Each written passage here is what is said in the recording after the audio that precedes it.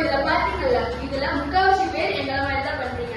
நம்ம மாஸ்லயும் சரி, ரீடிங் வாசிக்கிறப்பவும் சரி, நம்ம ஏசுபாவோட வார்த்தை வசனத்தை கேட்கறது கிடையாது. நம்ம ஏசுபாவோட வார்த்தையை கேட்கும் போதுதான் அந்த வார்த்தை நம்மளுக்குள்ள போய் அந்த வார்த்தை நம்மளுக்கானது அப்படின்னு சொல்லி நம்மளுக்கு தெரியும். ஓகே, அப்படி தெரியும் போதுதான் ஏசுபாவுக்கு வந்து நம்ம மேல என்ன திட்டம் வச்சிருக்காரு நம்மளுக்கு தெரியும்.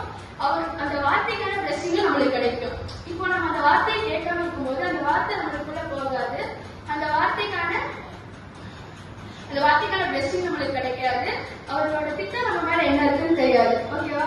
சோ அதனால இதுவரைக்கும் நம்ம எப்படி இருந்தோம் அதெல்லாம் நீங்க விட்டுருங்க. இதுக்கு மேல ஏசப்பாவோட வார்த்தையை கேட்கும் போது அமைதியா அந்த வார்த்தையை லிசன் பண்ணி கேட்கறதுக்காக இருக்கணும். ஓகே.